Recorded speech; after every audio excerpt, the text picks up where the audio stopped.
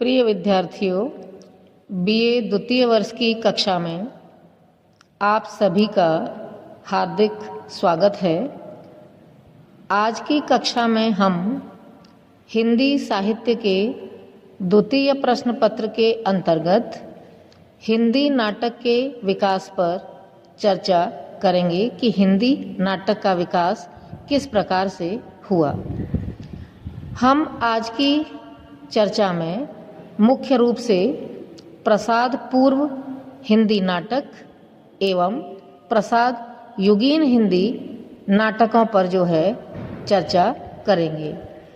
अब हम सर्वप्रथम देखते हैं जिस तरह हिंदी कहानी व उपन्यास में प्रेमचंद का स्थान महत्वपूर्ण है, उसी प्रकार हिंदी नाटकों में जयशंकर प्रसाद का स्थान भी महत्वपूर्ण माना जाता है। जयशंकर प्रसाद को केंद्र में रखकर हिंदी नाट्य साहित्य को हम मुख्य रूप से जो है इस प्रकार से विभक्त कर सकते हैं। एक, प्रसाद पूर्व हिंदी नाटक। दो, प्रसाद युगीन नाटक। तीन, प्रसादोत्तर स्वतंत्रता पूर्व हिंदी नाटक। चार, स्वातंत्र्योत्तर हिंदी नाटक। सर्वप्रथम हम देखते हैं प्रसाद पूर्व हिंदी नाटक। इस काल के साहित्य को हम दो उपखंडों में विभाजित कर सकते हैं। क, भारतेंदु युगीन नाटक और ख, द्विवेदी युगीन नाटक। अब हम सर्वप्रथम देखेंगे भारतेंदु युगीन नाटक, जिसका समय है 1850 से 1900 ईस्वी। खड़ी बोली के प्रथम आधुनिक नाटक लिखने का श्रेय भारतेंदु को जाता है। भारतेंदु का युग नाट्य साहित्य का प्रथम चरण है। यह दौर सामाजिक, सांस्कृतिक, राजनीतिक परिवर्तनों का जो है दौर माना जाता है। भारतेंदु युगीन नाटकों में एक वर्ग पाश्चात्य संस्कृति का समर्थन कर रहा था तो दूसरा उसका विरोध।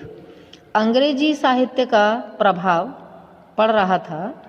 ऐसे में नई मान्यताएं, दृष्टिकोण और सृजनात्मक दिशा देने की आवश्यकता भी थी।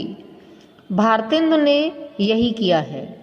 भारतेंदु के नाटकों का मूल उद्देश्य मनोरंजन के साथ जन सामान्य को जागृत करना तथा उसमें आत्मविश्वास जगाना था। प्राचीन संस्कृति के प्रति प्रेम जगाने, मानवीय मूल्यों के प्रति आस्था बनाए रखने तथा पश्चिम के गलत प्रभाव से समाज को बचाए रखने का प्रयास इन नाटकों में हुआ है। इस दौर के यानी भारतेंदु युग के जो है प्रसिद्ध नाटक ये थे, जैसे देवकीनंदन खत्री का सीता हरण, भारतेंदु का भारत दुर्दशा व अंधेर नगरी तथा प्रताप नारायण मिश्र का शिक्षादान आदि। इस युग में प्रहसन आदि लिखे गए। इन प्रहसनों में हास्य, व्यंग्य शैली में तत्कालीन सामाजिक कुरीतियों, धार्मिक कुरीतियों, कुप्रथाओं एवं अंधविश्वासों का मजाक उड़ाया गया। भारतेंदु का वैदिक हिंसा, हिंसा न भवति तथा राधाचरण गोस्वामी का बूढ़े मुँह मुहासे इसी शैली के नाटक माने जाते हैं। आगे देखते हैं कि भारतेंदु युगीन नाटकों की स्थिति क्या है कि भारतेंदु युगीन नाटकों में प्राचीन नवीन शैलियों का सामंजस्य भी दिखाई देता है।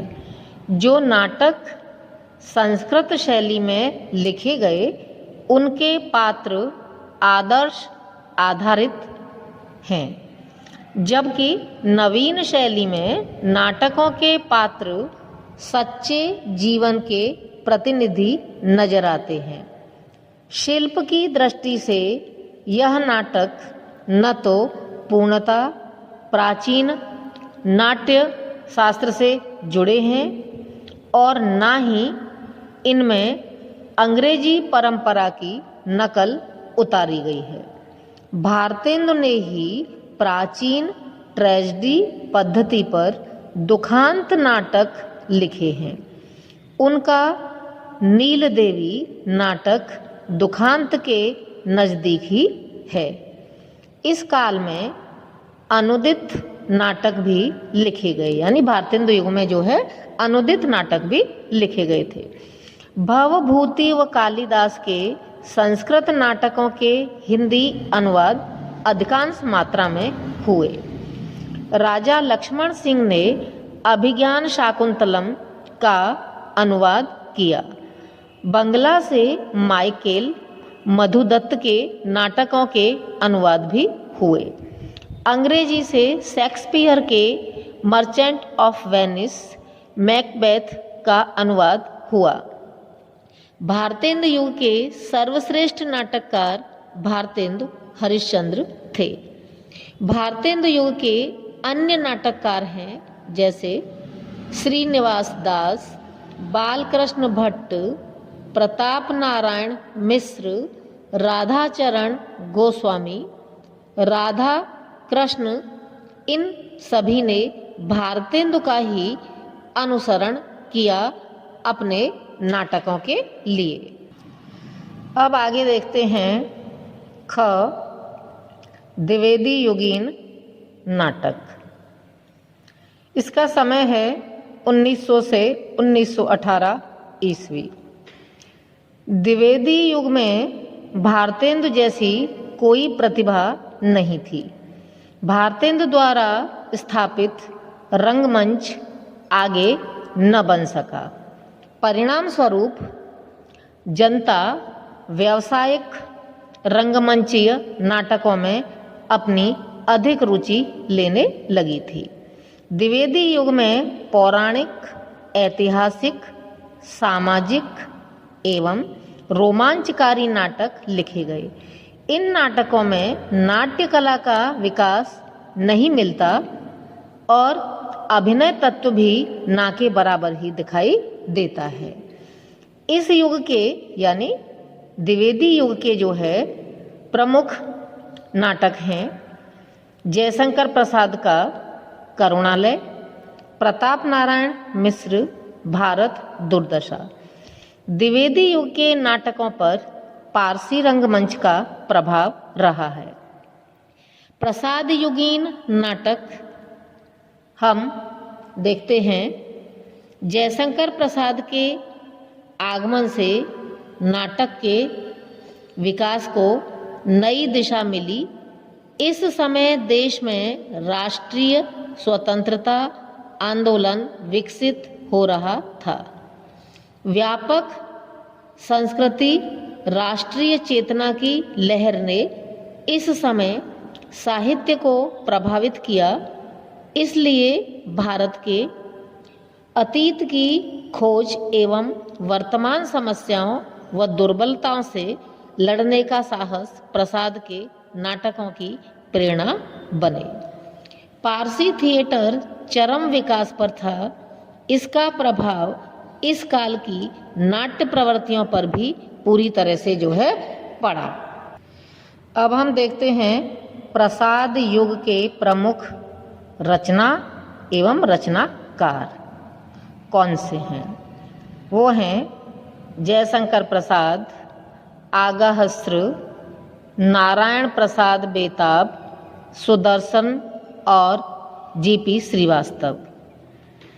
जयशंकर प्रसाद, इनके नाटक देखते हैं कल्याणी, करुणालय, राजश्री, स्कंदगुप्त, चंद्रगुप्त, अजातशत्रु, ध्रुव स्वामिनी, विशाख आदि। आगाहस्र के हैं सूरदास, श्रवण कुमार, सीता, बनवास। नारायण प्रसाद बेताब, इनके हैं महाभारत, रामायण, कृष्ण, सुदामा। सुदर्शन के यदि हम देखते हैं तो इनके हैं सिकंदर और दूसरा है धूप छाप। प्रसाद युगीन नाटक साहित्य में हम मुख्यतः इनको जो है हम 5 प्रकार से देख सकते हैं, यानी इनके हमको 5 प्रकार दिखाई देते हैं। ये 5 प्रकार के हैं। सर्वप्रथम हम देखते हैं ऐतिहासिक नाटक। इस युग की सर्वाधिक महत्वपूर्ण प्रवृत्ति ऐतिहासिक है। जयशंकर प्रसाद ने राजश्री, विशाख, अजातशत्रु, स्कंदगुप्त, चंद्रगुप्त आदि ऐतिहासिक नाटक लिखे। बद्रीनाथ भट्ट ने दुर्गावती नाटक लिखा। इतिहास के बीच ही उन्होंने नाटकों में प्रेम और सौंदर्य के मधुर चित्र खींचे।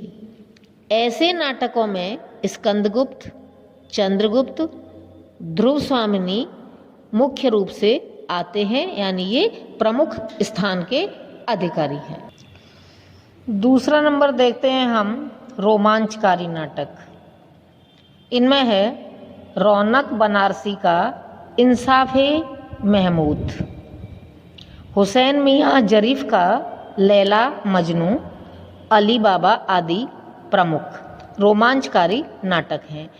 इन नाटकों में श्रृंगार पूर्ण वातावरण, उत्तेजक घटना, विधान, वेश विन्यास की तड़क भड़क व छिछले संवादों से जनता का मनोरंजन करना इन नाटकों का उद्देश्य था। 3 नंबर पर देखते हैं पौराणिक नाटक। ये नाटक एक ओर उपदेशों से भरे होते थे, किंतु दूसरी ओर रोमांचकारी प्रभाव उत्पन्न करने का प्रयास इनमें विद्यमान रहता था। पौराणिक नाटकों में कुछ नाटक सुदर्शन आदि ने लिखे।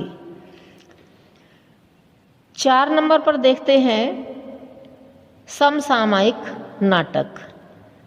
समसामयिक नाटकों में है, इन नाटकों में समसामयिक समस्याओं को ही उठाया गया, इसीलिए इनका नाम भी समसामयिक नाटकों की दिया गया। इनमें गंभीर विश्लेषण का अभाव दिखाई देता है। इनमें हास्य का प्रयोग किया गया है, परंतु सस्ते किस्म के हास्य ने नाटकों के उद्देश्य को क्षति पहुंचाई है। किंतु कुछ उदाहरण इस प्रकार हैं, यानी इस प्रकार इनके उदाहरण हम देख सकते हैं। बेचैन शर्मा उग्र, 4 बेचारे, अजबक और दूसरा है जीपी श्रीवास्तव, उलटफेर, विवाह विज्ञापन। राधेश्याम कथावाचक का है काउंसिल की मेंबरी आदि जो हैं ये समसामयिक नाटकों में जो है आते हैं।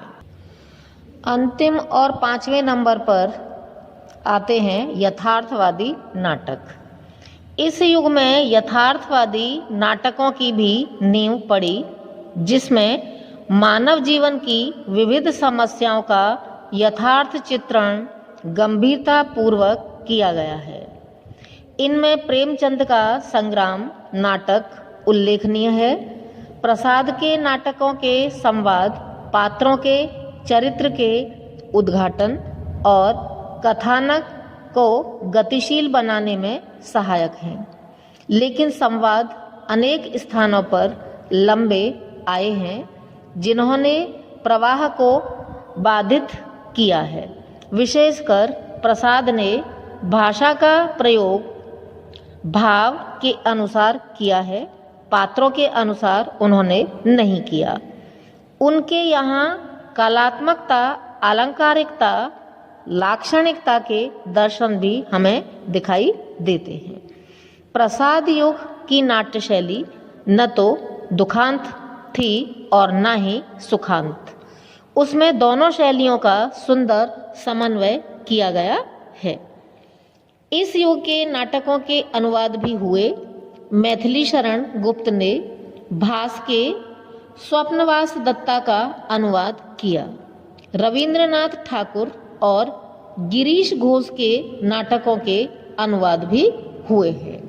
इस तरह से जो है हमने आज के व्याख्यान में प्रसाद पूर्व हिंदी नाटक एवं प्रसाद युगीन हिंदी नाटकों पर चर्चा की और आज का यह व्याख्यान हम यहीं पर समाप्त करते हैं। धन्यवाद।